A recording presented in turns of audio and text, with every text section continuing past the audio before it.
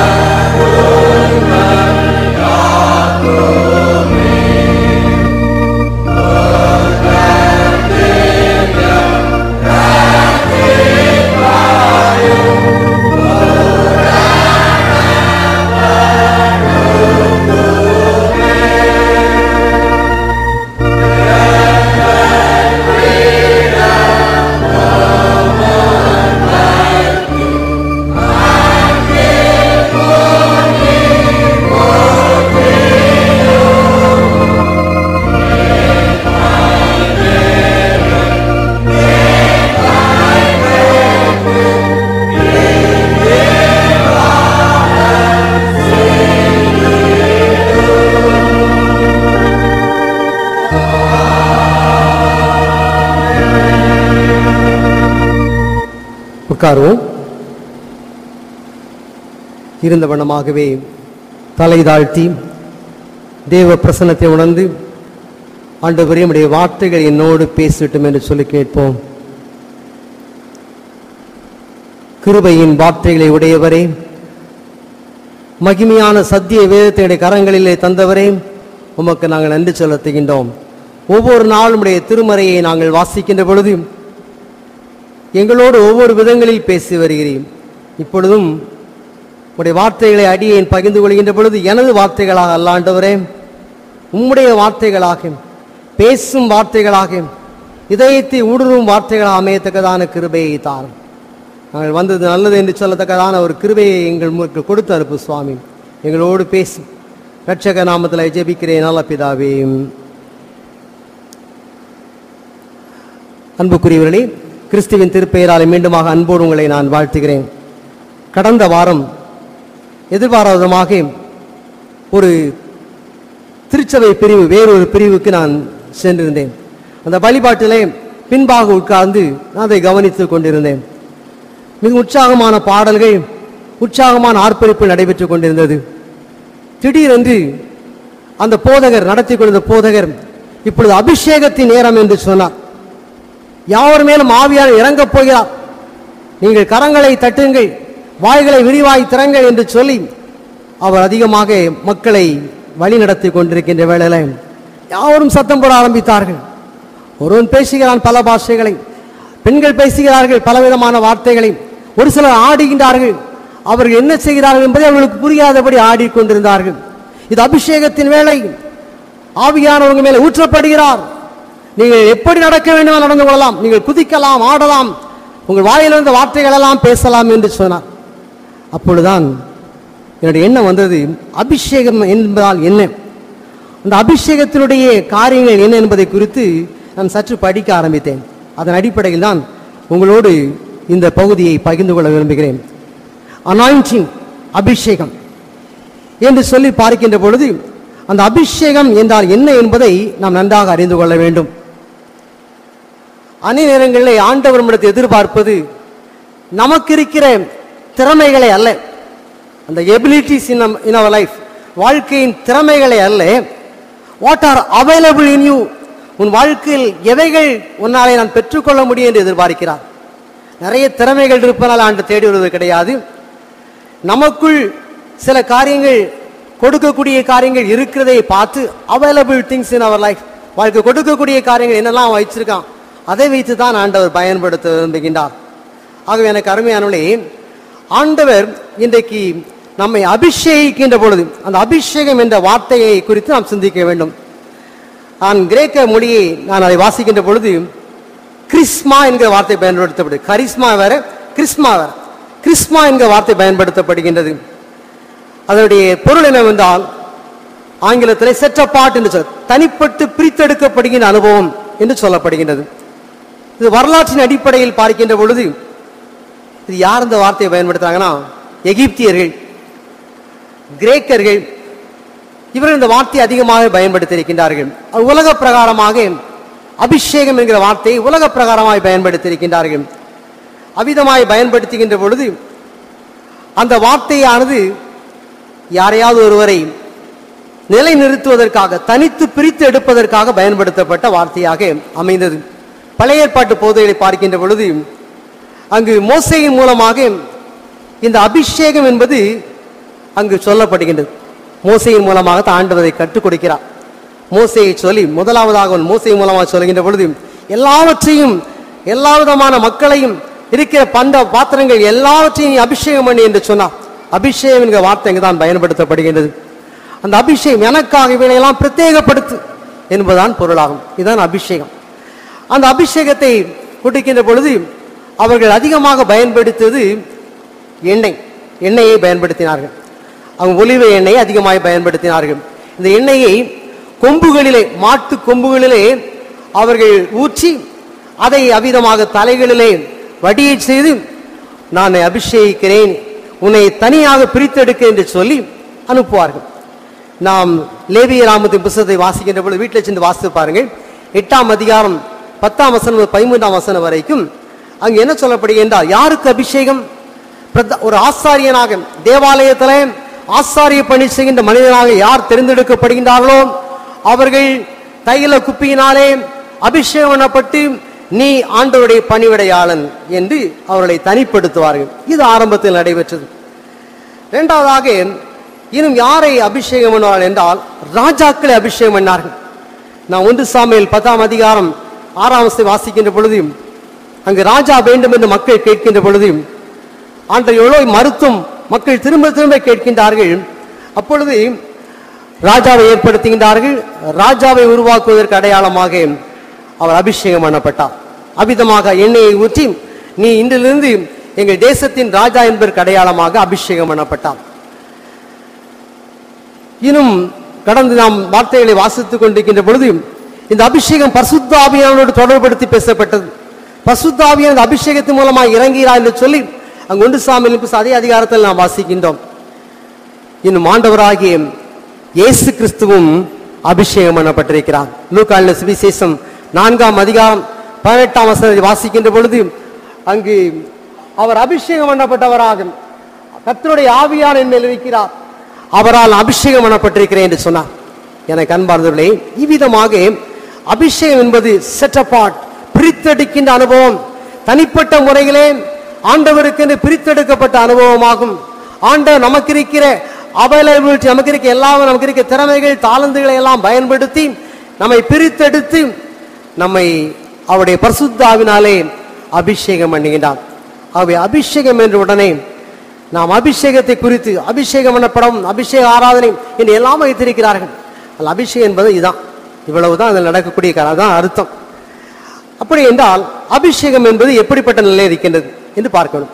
அபிஷேகத்தை குறித்து வேதத்தை வாசிக்கின்ற பொழுது, the anointing is invaluable and holy. இந்த பரிசுத்த அபிஷேகம் என்பது பரிசுத்தமான ஒன்று, அதே சமயத்தில் மிகவும் பயனுடைய ஒன்று, இன்வால்யூபிள், பயனுடைய ஒன்றாக இருக்கின்றது. இன்றைக்கு அபிஷேகத்தை அசட்டையாக வைத்துக்கொண்டு இன்றைக்கு பல பாஷை பேசிக்கொண்டு நான் அபிஷேகம் பண்ணப்பட்டிருக்கிறேன் என்று பேசுவதோடு நின்று விடுகின்றது. ஆனால் செயலில் ஒன்றுமே கிடையாது, செயல் ஒன்றுமே கிடையாது. ஆண்டவர் விரும்புவதால காரியெல்லாம் உன்னை நான் பிரத்யேகப்படுத்தி வைக்கிறேன். எதற்காக? நீ பெற்ற அபிஷேகமானது, நீ என்னால் பெற்ற அபிஷேகமானது, நான் கொடுக்கின்ற ஆவியலே பெற்ற அபிஷேகமானது பிரத்யேகமானது, இது மிகவும் பயனுடையது, இதை பயன்படுத்த வேண்டும் என்று சொல்கின்றார். ஆகவே நீங்கள் அநேக நேரங்கள் நாம் தவறாக சபைகள் புரிந்து கொள்கின்றது, அபிஷேகம் என்றால் யாரோ ஒருத்தர் தலையில கை வைக்கணும் ஆசைப்படுறாங்க. காத்திருந்து அபிஷேகத்தை அவங்கள போதகர் கொடுக்கின்றார் என்பது பொருள் அல்ல. போதகர் கையில் வைக்கிறார். நான் நிறைய இடங்களில் பார்த்தேன், இந்த டிவிலாம் போட்டுட்டு இருக்காங்க. என்ன போடுறாங்கன்னா, அவர் கையை அசைக்கிறாரு, இப்போ அபிஷேகத்தின் வேலை, அவர் கையை அசைப்பாராம், இவர் கீழே விழுவாங்களாம். இது என்ன அர்த்தம் புரியல. அது அபிஷேகம் என்பது கையசைப்பினால் வருகின்ற ஒன்று அல்ல, அல்லாவிட்டால் ஊதி வருகினால் வருகின்றார் அல்ல. அன்றைக்கு ஆண்டவர் ஊதினார், பரிசுத்தாவி ஊதினார், அது வித்தியாசம். நீங்க மனுஷன் ஊதினா நாத்தான் தான் வரும் இல்லையா? மனுஷன் ஊதுறான், வாய வச்சு பூன்னு ஊதுறான், என்ன வரும்? எச்சு விடும், வார்த்தையில என்ன வரும்? வரும். அது தவறுதலான ஒரு பயன்பாடு. இவ்விதமாய் பயன்படுத்தி அபிஷேகத்தை பெற்றுக்கொள் கத்துறான், காட்டு கூப்பாடு போடுறான், ஒன்று வராது, அபிஷேகம் வராது. அபிஷேகம் என்பதை சரியானபடி புரிந்து கொண்டால் இன்வால்யூபிள் ஒன், அது மிகவும் பயனுடைய ஒன்றாக இருக்க வேண்டும். கடந்த வாரத்தில் சுவிசேஷம் கொடுத்து போயிருக்கும்போது அவங்க என்ன கேள்வி, நான் போக முடியல, அங்கே போயிருக்கும்போது சொன்னாங்க, ஒரு பேயை விரட்டினாங்களாம். தர்மபாலம் மற்ற எல்லாம் சேர்ந்து எல்லாம் விரட்டிருக்காங்க. அப்படி தேவ ஆவியானவர் அவர்களுக்கு இருப்பதனால்தான் அந்த அசுத்தாவி பயந்து ஓடுகின்றது. அங்கு அபிஷேகம் இருக்கின்றது, அவர்களுக்கு அபிஷேகம் இருப்பதனால்தான். இது எங்க பெற்று ஆண்டவர் கொடுக்கின்ற ஒன்று, எங்கோ வாங்குகின்ற ஒன்று அல்ல, யாரோ கை வைத்து கொடுக்கக்கூடிய ஒன்று அல்ல, கர்த்தர் கொடுக்கின்ற ஆவியானவர். அந்த ஆவியானவர் அபிஷேகிக்கின்ற பொழுது பிரத்யேகமாய் பயன்படுத்துவார், பிரத்யேக பணிக்கு என்று பயன்படுத்துவார். எனக்கு அருமையானுடைய அவிதமான அபிஷேகத்தை, முக்கியத்துவத்தை நாம் உணர்ந்து கொள்ள வேண்டும். அவருடைய அபிஷேகமானது பரிசுத்தமான ஒன்றாக இருக்கிறது. யாராவது வாசிக்கலாம், எரேமியா தீர்க்கதரிசியின் புஸ்தகம் 18ஆம் அதிகாரம் 6ஆம் வசனத்தை வாசிப்போம். இங்கு டிஸ்பிளே இருக்கு பாருங்க, இந்த வசனம் பாத்துக்கங்க. இங்கு ஆண்டவர் ஒரு குயவனை போன்று வர்ணிக்கப்படுகின்றார். அந்த குயவனுடைய கையிலே நாம் பாத்திரங்களாய் கொடுக்கப்படுகின்ற பொழுது அவர் என்ன செய்கின்றார்? தன்னுடைய அபிஷேகத்தினாலே, தன்னுடைய வல்லமையினாலே அவர் வணங்குகிறாராம். அவருடைய மூல பாஷையிலே அழகாக சொல்லப்பட்டிருக்கிறது, by his anointing, by his anointing. அவருடைய அருமையான அவருடைய அபிஷேகத்தினாலே அவர் இஷ்டம் போல வணங்குகிறாராம். சரியா இல்லையா? அதை உடைக்கிறார், மறுபடியும் நொறுக்குகிறார், அதை மறுபடியும் உருவாக்கி அந்த அபிஷேகத்தை மறுபடியும் உருவாக்குகின்றான். இவ்விதமாக அபிஷேகமானது பரிசுத்தமான கரத்திலிருந்து வருகின்ற ஒன்று. ஆகவே நாம் யாவருமே தேவனுடைய பிள்ளைகளாய் இருப்போம் என்றால் அவருடைய அபிஷேகத்தை பெற்றுக்கொள்ளாமல் இருக்க முடியாது. அந்த அபிஷேகத்தின் வல்லமையானது அவருடைய கரங்களில் வருகின்றது. ஒரு சாதாரண பாத்திரமாக இருக்கின்ற பொழுது அதில் எந்த பயனும் கிடையாது. நிரப்பப்பட வேண்டும். தேவ கரத்திலே கொடுக்கப்பட்ட பாத்திரமாக நிரப்பப்பட வேண்டும். அதன் அபிஷேகத்தின் வல்லமை, அந்த அபிஷேகத்தின் வல்லமையினாலே நாம் நிரப்பப்படுவதற்கு இடம் கொடுக்க வேண்டும். ஆரோனுடைய வாழ்க்கையை பார்க்கின்ற பொழுது அங்கே அவன் அபிஷேகம் பண்ணப்படுகின்றான். அவனுடைய குமாரனும் அபிஷேகம் பண்ணப்படுகின்றான். எதற்காக? ஆண்டுடைய பணியை சிறப்பாக செய்ய வேண்டும். ஆலயத்திலிருந்து நீ பிரதான ஆசாரிய பணி நன்மையும் உண்மையுமாக பரிசுத்தமாக செய்ய வேண்டும், உன் அபிஷேகத்தை காத்துக்கொள் என்று சொல்லி அனுப்பப்படுகின்றார்கள். அப்படி அனுப்பப்படுகின்ற பொழுது அங்கு 2 குமாரர், யாருக்கு உண்டு? அங்கே நிறைய குமாரர்கள் சொல்லப்படுகின்றது. 2 குமாரர்களை வந்து சொல்கின்ற பொழுது நாதாபும் அங்கு அபியும் இந்த அபிஷேகம் பெற்றவர்கள் தான். அவர்கள் சரியானபடி அந்த அபிஷேகத்தின் வல்லமையை உணராதபடி, ஆண்டவர் பரிசுத்தமானவர், அவருக்கு முன்பாக ஆராதிக்கப்படுவதை அறியாதபடி நன்றாக குடித்து விட்டு அவர்கள் தேவ ஆராதனைக்குள்ளே, தேவ ஆலயத்துக்குள்ளே, பிரதான இடத்துக்குள்ளே கடந்து போகின்றார்கள். எப்படி? அக்னியோடு கூட கடந்து போகின்றார்கள். அந்த அக்னி எப்பேற்பட்ட அக்னியாம்? அந்த அக்னியை பற்றி சொல்லுகின்ற பொழுது அந்நிய அக்னி என்று சொல்லப்படுகின்றது. அந்நிய அக்னி, இந்த ப்ரொஃபேன் ஃபயர் என்று சொல்லப்படுகின்றது. அந்நியமான அக்னி, ஆண்டவருக்கு பிரியமில்லாத அக்னி. இவன் நல்லா குடிச்சிருக்காங்க, என்ன தெரியல, எப்படி அந்த அக்னியை கொண்டு போக என்று தெரியவில்லை. அந்த அக்னினாலே அங்கு ஆராதனை நடத்துகின்றான். அந்த அக்னி அவர்களை பட்சித்து போட்டது. இருவரும் அங்கு மரித்து போனார்கள் என்று சொல்லப்படுகின்றது. ஏன்? என் அபிஷேகத்தை தவறாய் நீ பயன்படுத்தி விட்டாய். அபிஷேகத்தின் வல்லமையை புரிந்து கொள்ளவில்லை, அபிஷேகத்தின் பயன்பாட்டை புரிந்து கொள்ள முடியவில்லை, நீ இவ்விதமாய் நடந்து கொண்டாய் என்று சொல்லி அங்கு நீங்கள் லேவியராமத்தின் புத்தகத்தை வாசிப்பீர்கள் என்றால் அங்கு 10ஆம் அதிகாரத்தில் அழகாக சொல்ல, 10ஆம் அதிகாரம் 2ஆம் வசனம், 9ஆம் அதிகாரம் 9ஆம் வசனம், இவ்விதமான வசனங்களை சொல்லப்படுகின்ற பொழுது அவர்கள் குடியாதிருங்கள், இப்படி நீங்கள் மது அறிந்து விட்டு நீங்கள் வருவீர்கள் என்றால் அபிஷேகத்தின் வல்லமை உங்களுக்குள் வராது, அந்த அபிஷேகமாக எடுக்கப்பட்டு போகும் என்று சொல்லப்படுகின்றது. எனக்கு அருமையானுடைய இன்றைக்கு அபிஷேகமானது மிகவும் பயனுடையதாக இருக்கின்றது. அது நம்முடைய வாழ்க்கையில் அது பரிசுத்தமான ஒன்றாக இருக்கிறது. ஆண்டவர் பரிசுத்தமற்ற செயல்கள் எல்லாம் வெறுக்கின்றார், பரிசுத்தமற்ற செயல்களை வெறுக்கின்றார். அவ்விதமான மக்கள் மேலே அதிக தனது கோபாக்கினை செலுத்துகின்றார். தேவ சமூகத்தில் உட்கார்ந்திருக்க நாம் இன்னைக்கு இந்த அருமையான அபிஷேகத்தை குறித்து நன்றாக புரிந்து கொள்ள வேண்டும். நான் அவரால் அவருடைய ஆவியினால் அபிஷேகம் பண்ணப்பட்டிருக்கின்ற பொழுது தனியாக பிரித்து எடுக்கப்பட்டிருக்கிறேன். ஊழியக்காரருக்கு மாத அபிஷேகம் கிடையாது இல்லையா? எல்லாருக்கும் அபிஷேகம் தான், எல்லாருக்கும் அபிஷேகம் வேண்டும். அந்த அபிஷேகம் வருகின்ற பொழுது ஊழியக்காரனை சொல்லி ஒரு தனியாக பிரித்து எடுத்து நாம் பார்க்க முடியாது. ஆண்டவர் ஏற்படுத்தியிருக்கிறார். நாம் கனத்தையும் புகழையும் ஆண்டவருக்கு செலுத்த வேண்டும். ஆண்டவரை அபிஷேகம் பண்ணி தனியாக பிரித்து எடுக்கின்ற பொழுது அவருக்கு துதியும் நம்முடைய கனத்தையும் செலுத்த நாம் அழைக்கப்படுகின்றோம். எலிசா அவருடைய வாழ்க்கையை பார்க்கின்ற பொழுது அவன் அபிஷேகத்துக்காய் காத்திருக்கிறான். அவன் சொல்ல 2 ராஜாக்கள் 2ஆம் அதிகாரம் 9ஆம் வசனத்தை வாசிக்கின்ற பொழுது இரட்டிப்பான வல்லமையின் அபிஷேகம் எனக்கு வேண்டும். அங்கு எலியா அபிஷேகத்தை பெற்றவன், தேவனோடு அவன் எடுத்துக்கொள்ளப்படுகின்ற வேளையில எலிசா அந்த அபிஷேகத்தை கேட்கின்றான். அந்த அனாயிண்டிங் எனக்கு வேண்டும் ஐயா. எப்படி வேண்டும்? இரட்டிப்பாய் வேண்டும் என்று கேட்கிறான். எதற்காக? பயன்படுத்துவதற்காக. இன்னைக்கு அபிஷேகத்தை வேடிக்கை பார்ப்பதற்காகவும் அழகாக பேசுவதற்காகவும் சொன்ன வார்த்தைகளை சொல்லிக் கொண்டிருப்பதற்காக பயன்படுத்துவதற்காக தேவன் நம்மை அபிஷேகிக்கவில்லை. இன்னைக்கு அதுதான் நடக்குது. இன்னைக்கு நைட்ல சில ஸ்பீக்கர்ஸ் நீங்க கேட்கலாம், சில சத்தத்தை காட்டு அது பாட்டில் வருது, என்ன பேசுறானே தெரியல, விரட்டுறான், மக்களை விரட்டாமல் இருக்கு. எனக்கு அருமையானவர்களே, அபிஷேகத்தின் வல்லமையானது பயன் நிறைந்ததாக இருக்க வேண்டும். அங்கு எலிசாவினுடைய அபிஷேகனுக்குள், எலியாவுடைய அபிஷேகம் எலிசாவுக்குள் இறங்குகின்ற பொழுது யோர்தானை அவனுடைய சால்வையினாலே 2ஆக கிழிக்கின்றான். அது மாத்திரமல்ல, அவன் மரித்த பின்பு அவனுடைய அபிஷேகம் விட்டு விலகவில்லை. அவனுடைய எலும்புகள் பிரேத குழியிலே விழுகின்றது. அங்குள்ள மரித்தவன் எழுந்திருக்கின்றான். இதான் அபிஷேகத்தின் வல்லமை, இந்த அபிஷேகத்தினுடைய தன்மை. இவ்விதமான அந்த தன்மையை நாம் புரிந்து கொள்கின்ற பொழுது ஆண்டவருடைய வல்லமையை உண்மையாக அறிந்து கொள்ள முடியும். அந்த அபிஷேகத்துக்கு ஆசைப்படும். ஆண்டவரே, என்னை அபிஷேகம் ஐயா, உம்முடைய ஆனந்த தைலத்தினாலே, உடைய பசுத்தாவியாய் எண்ணெயினாலே என்னை அபிஷேகம் என்று கேட்கின்ற பொழுது சிரசில் ஊற்றிய அந்த அபிஷேகமானது வழிந்து ஓடும் இல்லையா? வழிந்து ஓடும். அது நமக்கு மாத்திரம் கிடையாது. எதுக்கு வழிந்து ஓடுது? பிறருக்கும் பயனுடையதாய் மாறுவதற்காக. இன்னைக்கு என்னுடைய அபிஷேகம் பிறருக்கு பயனுடையதாக இருக்கின்றதா? அன்றைக்கு மக்களை பார்க்கின்ற பொழுது அந்த அபிஷேகத்தின் வல்லமையை கண்டு மக்கள் கும்பல் கும்பலாக ஆண்டரை ஏற்றுக்கொண்டார்கள். அந்த மிஷனரியுடைய அபிஷேகத்தை கண்டு கும்பல் மாஸ் மூவ்மெண்ட் அவளை பார்த்த மாத்திரத்தில், அவருடைய வார்த்தையை கேட்ட மாத்திரத்தில், ஐயா அந்த ஆண்டவரை நாங்களும் ஏற்றுக்கொள்ள வேண்டும் என்று ஓடி வந்தார்கள். பவுலின் அபிஷேகம் சிறைச்சாலையிலே காணப்படுகின்ற பொழுது சிறைச்சாலைக்காரன் சொல்கின்றான், ஆண்டவரே நான் ரட்சிக்கப்படுவதற்கு என்ன செய்ய வேண்டும்? அபிஷேகத்தின் வல்லமை அங்கு செயல்பட ஆரம்பிக்கிறது, பயன்பாடுடையது. அதை நாம் மறந்து போகவே கூடாது. ஆகவே நம்மில் அபிஷேகம் நம்மளை அறிகின்ற பொழுது அபிஷேகம் பரிசுத்தமானது எண்ண வேண்டும்.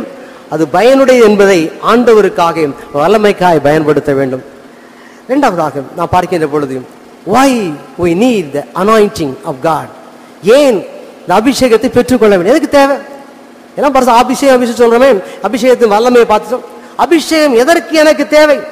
நான் தான் ஒழுங்கா கோயிலுக்கு போயிட்டு இருக்கிறேன், பாட்டு பாடிட்டு இருக்கேன், வேதத்தை வாசிட்டு இருக்கேன், ஜெபம் நீண்ட ஜெபம் பண்றேன், எல்லாமே செய்யறேன்யா, எதற்கு எனக்கு அபிஷேகம்? why I need the anointing of God, கர்த்தருடைய அபிஷேகம் எனக்கு எதுக்கு தேவைன்னு ஒருவேளை நம்ம இடத்துல கேள்வி கேட்டுக்கலாம். அந்த குரூப் தான் கத்திக்கிட்டு நடக்குது, நம்மளும் அபிஷேகம் விட கத்திக்கிட்டு நடக்கவா? ஒரு ஆர்டர் இருக்காது, ஒழுங்கு இருக்காது, நம்மளால கத்திக்கிட்டு இருக்கலாம். அந்த ஆராதனை நான் பார்க்கும்போது ஆவி கத்திட்டு நடக்காங்க. அந்த போதகர் திடீர்னு ஸ்டாப் அப்படிங்கார், அவ்வளவுதான், அவளை ஆவி அப்படியே அமர்ந்துட்டு அப்படி வார்த்தை பயந்து போச்சுன்னு தெரியல. இவர் போட்ட ஸ்டாப்னு எல்லாம் ஸ்டாப் ஆயிடுச்சு. பசுத்த ஆவியானவர் மனுஷனுடைய கட்டளைக்கு கீழ்ப்படுகிறார் அல்ல. இஷ்டம் போல பரிசுத்தாவி கூப்பிடுறது, இஷ்டம் போல விரட்டி விடுறது, அப்படியா? அப்படி அல்லவே அல்ல. இந்த ஆவியானவர் எதற்கு எனக்கு தேவை என்பதை புரிந்து கொள்வோம் என்றால் நிச்சயமாகவே நாம் இந்த அபிஷேகத்தை மிகவும் வாஞ்சிப்போம். இயேசு அபிஷேகம் பண்ணப்பட்டாலே லூக்கான சுவிசேஷம் 24ஆம் அதிகாரம் நாம் வாசிக்கின்ற பொழுது அந்த அபிஷேகத்தை குறித்து அழகாக சொல்லி வாசிக்கலாம். யாராவது 24ஆம் அதிகாரம், நான் தான் அறியும்படி என் கைகளை என் கால்களையும் பாருங்கள், என்னை தொட்டு பாருங்கள், நீங்கள் காண்கிறபடி உனக்கு மாம்சம் மேல் உண்டாயிருக்க போல ஒரு ஆவிக்கிறாய். அவருடைய அபிஷேகமானது அவருடைய கைகளிலும் கால்களிலும் காணப்பட்டது. அபிஷேகத்தின் வல்லமை இயேசுவை நோக்கி பார்க்கின்ற பொழுது அந்த அபிஷேகத்தின் வல்லமை கைகளிலும் கால்களிலும் எல்லா பகுதியிலும் காணப்பட்டது. அன்னைக்கு பவுலடியார் அப்போஸ்தலர்கள் தெருவிலை கடந்து போகின்ற பொழுது இந்த அப்போஸ்தலருடைய ஆடைகளை தொட்டு பார்ப்பதை ஆசையோடு ஓடி வந்தார்கள். அவருடைய துணிகளை தொட்டு பார்க்க ஆசைப்பட்டார்கள். ஏன்? அந்த அபிஷேகமானது அந்த அவருடைய ஆடைகளில் இறங்கி வந்தது.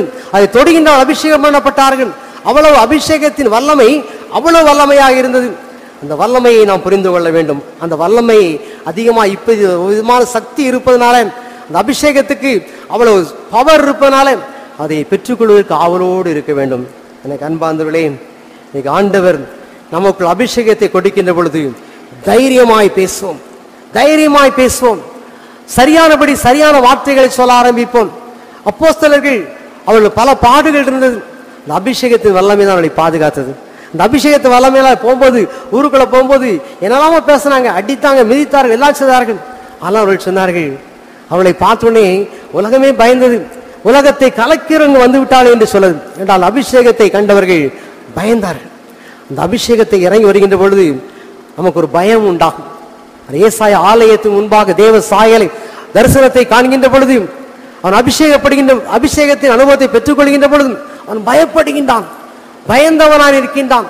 இன்றைக்கு நமக்கு ஆலயத்துக்குள் வருகின்ற பொழுது தேவ அபிஷேகம் நம்ம இறங்கி வருவதை காண்கின்ற பொழுது நம்ம நடுக்கம் வர வேண்டும். அந்த அபிஷேகம் எப்படி வருகின்றது? தேவ வார்த்தையினாலே வருகின்றது. அது எனக்கு எதற்கு தேவை? என்னை பலப்படுத்துவதற்கு, என்னை பயனுள்ள மனிதனாய் மாற்றுவதற்கு, உலகத்தை சும்மா போவதற்கல்ல, பயனுள்ள மனிதனாய் மாற்றுவதற்கு இந்த அபிஷேகம் எனக்கு தேவை என்னை மறந்து போக வேண்டாம். அது எனக்கு அருமையானே, இந்த பசுத்த ஆவியானவர் எனக்கு தேவை என்று உணர்ந்து கொள்ள. பசுத்த ஆவியானவர் வெறுமையா எழுதி வைக்கப்படலை, வெறுமையா எமோஷனலா வரக்கூடியவர் அல்ல, உணர்ச்சி பூர்வமா வரக்கூடியவர் அல்ல, அது அனுபவபூர்வமாய் அனுபவிக்க வேண்டிய ஒன்று. அந்த பரிசுத்த ஆவியானவர் என்னை அனுபவிக்க இடம் கொடுக்கின்றார். அவ்விதமாக அனுபவிப்பதற்காக, பலம் பெறுவதற்காக, அநேக மக்களுக்கு ஆசீர்வாதமாக இருப்பதற்காக அபிஷேகத்தை நமக்குள் தருகின்றார். ஆக எனக்கு அன்பார்ந்தவர்களே, இன்னைக்கு மிஷனரிகள், ஊழியக்காரர்கள் இந்த அபிஷேகத்தை பெற்றிருக்கின்ற பொழுது அவர்கள் செல்கின்ற பாதையெல்லாம் மக்கள் ஆச்சரியத்தோடு பார்த்தார்கள், அவருடைய முகங்களை பார்க்க ஆச்சரியப்பட்டார்கள். இன்றைக்கு நம்முடைய முகங்களை பார்க்கின்ற பொழுது ஆச்சரியப்படுவார்களா? நம்முடைய முகங்களை பார்க்கின்ற பொழுது அபிஷேகத்தின் வல்லமை பிரதிபலிக்குமா? யோசித்து பார்க்க அழைக்கப்படுகின்றோம். இன்றைக்கு நம்மை பார்த்தவொடனே வெறுப்போடு பார்க்கின்ற அநேகம் பேர் உண்டு. இவங்க என்ன பேச போறாங்க? கிராமங்களை ஊழியம் செய்கின்ற பொழுது சில கிராமங்களை போய் இவங்க வேலையே இதையா என்னத்தையே பேசிட்டு போறான். அந்த அபிஷேகத்து வல்லமையோடு போகின்ற பொழுது நம்மை காண்கின்றவர்கள் தேவ வல்லமையை காண்பார்கள். அது எதுக்கு தான் ஆண்டு கொடுத்துக்க? என்னை காண்பதற்காக உன்னை அபிஷேகிக்கின்றேன், என்னுடைய வார்த்தையை சொல்வதற்காக அபிஷேகித்திருக்கிறேன். உன்னை காண்கிறவர்கள்லாம் என்ன காணு சொல்றாங்க. அதனால் பவுலுடைய தைரியமா சொன்னார், என்னை பின்பற்றுங்கள் என்று சொன்னார்.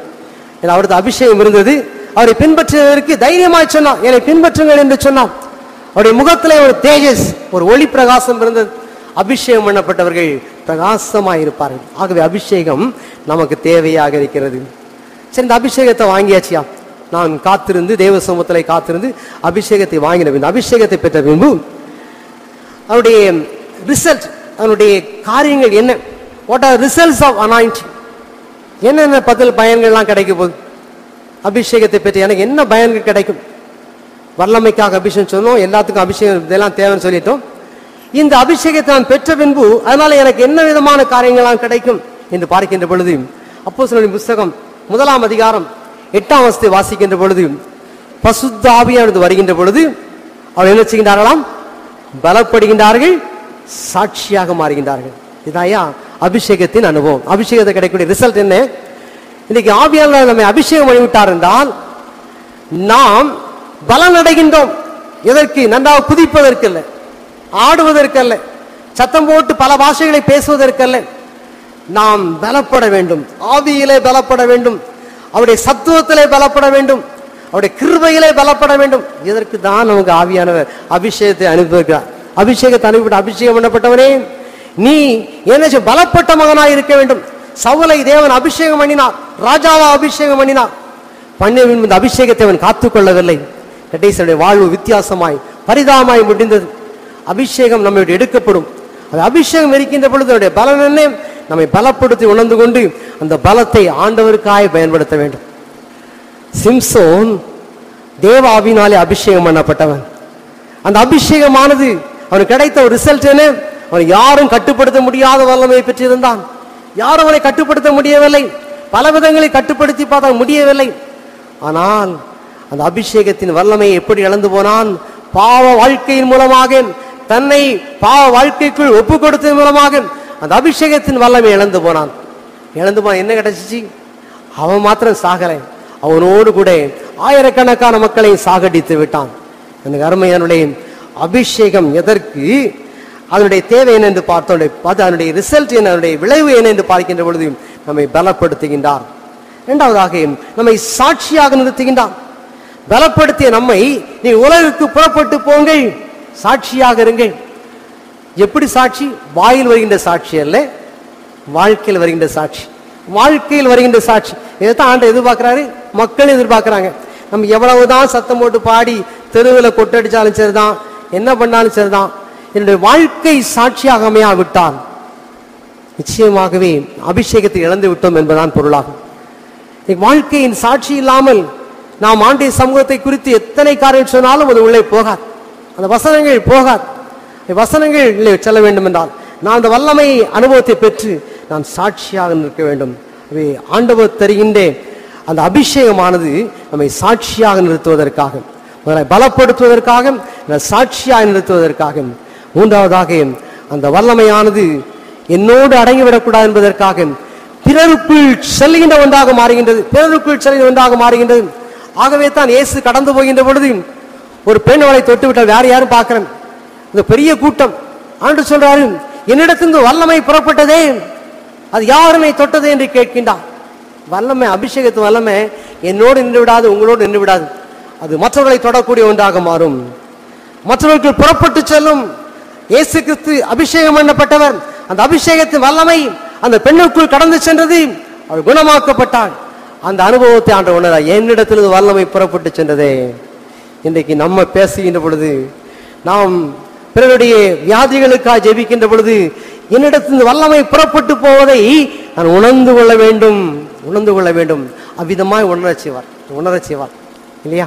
எனக்கு அருமையானே, நான் பாரத்தோடு ஜெபிக்கின்ற பொழுது, அபிஷேகத்தின் வல்லமையோடு ஜெபிக்கின்ற பொழுது பிசாசுகள் ஓடுவதை காண முடியும், இந்த வல்லமையை காண முடியும். ஆகவே அன்பார்ந்தவர்களே, இந்த இதன் மூலமாக கிடைக்கின்ற அனுபவமானது முதலாவதாக பலப்படுத்தப்படுகின்றோம், சாட்சியாக நிறுத்தப்படுகின்றோம். மூன்றாவதாக அந்த வல்லமை என்னோடு அடைவிடாதபடி அது புறப்பட்டு செல்கின்ற வல்லமையாக தேவன் மாற்றுகின்றார்.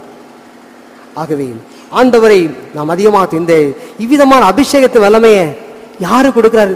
தேவதூதர்களுக்கு அல்ல. சொல்றாரு 2 கொரிந்தியர் 4ஆம் அதிகாரம் 7ஆம் வசனத்தை வாசிக்கின்ற பொழுது, இதை எதிரை பெற்றீர்கள் என்று சொல்லப்படுகின்ற பொழுது, இந்த மகத்துவமுள்ள வல்லமை உங்களால் உண்டாயிராமல் தேவனால் உண்டாயிருக்க விளங்கும்படி இந்த அருமையான அபிஷேகத்தின் வல்லமையை சாதாரண மண் பாண்டங்களில் பெற்றிருக்கிறீர்கள். நாம் யார்? மண் பாண்டங்கள் இல்லையா? யார சொல்ல முடியுமா? சதையா இருக்குன்னு சொல்ல முடியுமா?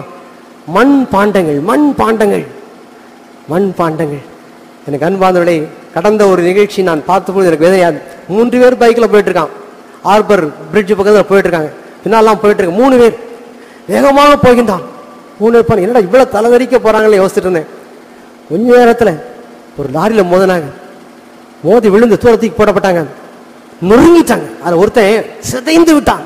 அப்போதான் எண்ணி பார்த்தேன், நம்முடைய சரீரமானது சிதைந்து போகக்கூடிய ஒரு மண் பாண்டது சமமாக. மண் பாண்டம் கேளப்பட்டா பல துண்டா சிதறி போகுது. மனுஷன் அப்படிப்பட்டவன் தான்.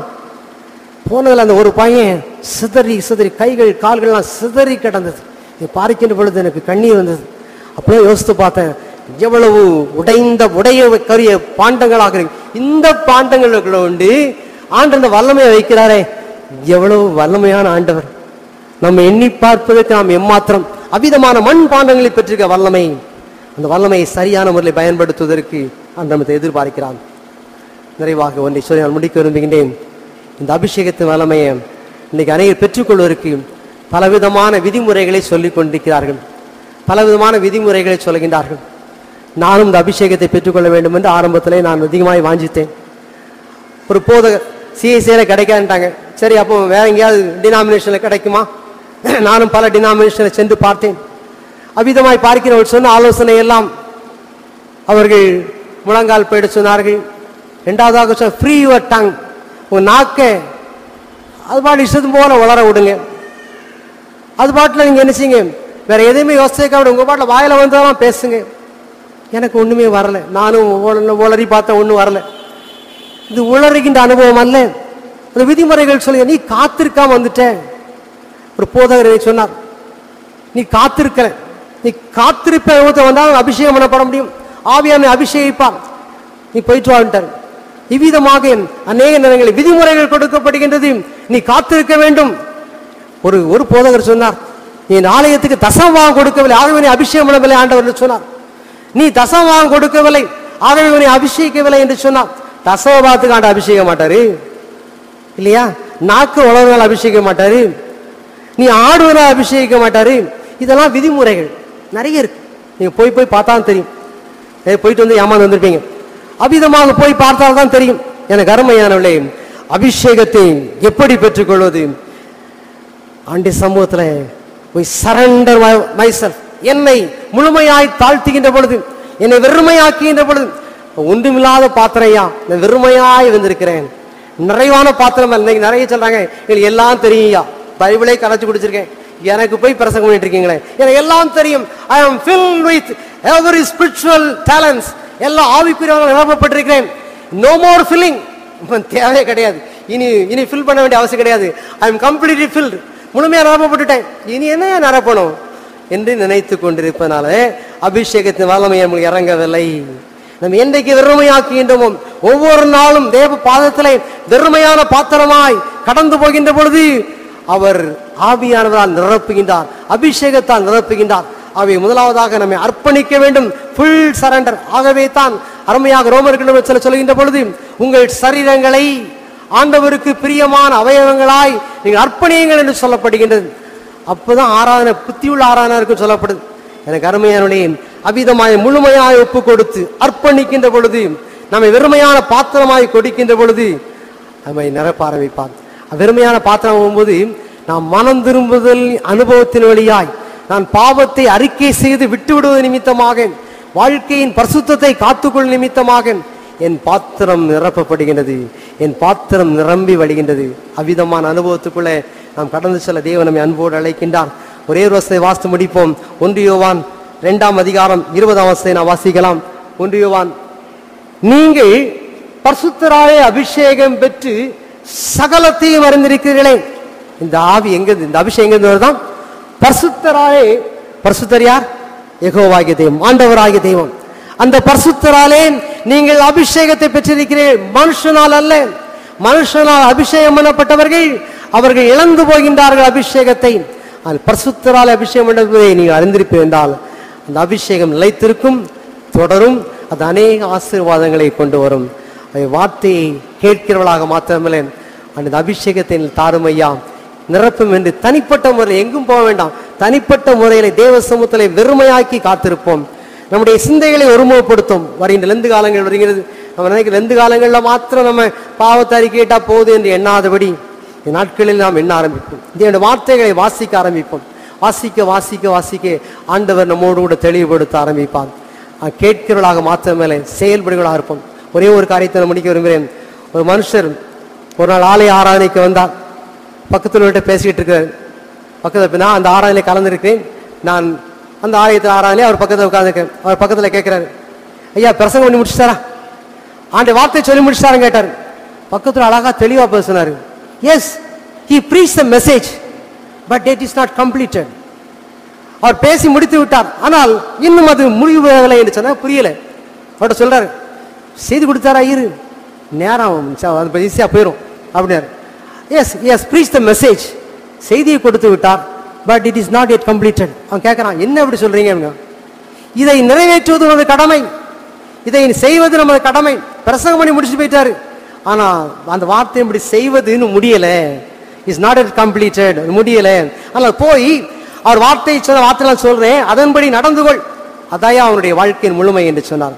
இன்றைக்கு செய்தி கேட்டு எத்தனை பேர் நல்லா பிரசங்கம் பண்ணாருன்னு மார்க் போட வேண்டாம், நல்ல அழகான செய்தி என்று யோசிக்க வேண்டாம், என்னையும் பார்க்க வேண்டாம், என் சத்தத்தை கேட்கிறீர்கள், தேவனுடைய வார்த்தைகளை கேளுங்கள். அந்த வார்த்தைகளை, ஆண்டவரே உடைய வார்த்தையை அபிஷேகம் பண்ணட்டும், anoint me O Lord with your holy oil, உம்முடைய பரிசுத்த எண்ணெய் அபிஷேகம் பண்ணும், உம்முடைய joyful oil ஆனந்த தைலத்தை அபிஷேகம் பண்ணும் ஐயா, இந்த அபிஷேகத்தை வழிந்தோடட்டும் ஐயா என்று சொல்லி தேவ பாதத்திலே காத்திருப்போம். கர்த்தர் அபிஷேகம் பண்ணுவார். இந்த பகுதிகள் எல்லாம் அவனுடைய பிள்ளைகளாய் மாறுவதற்கு பெரிய வாய்ப்பு உண்டாகும். இன்றைக்கு நம்மை காண்கிறவர்கள் கர்த்தரை காண்கிற அனுபவத்தை கர்த்தர் தாமே கொடுப்பாராக. ஆமென்.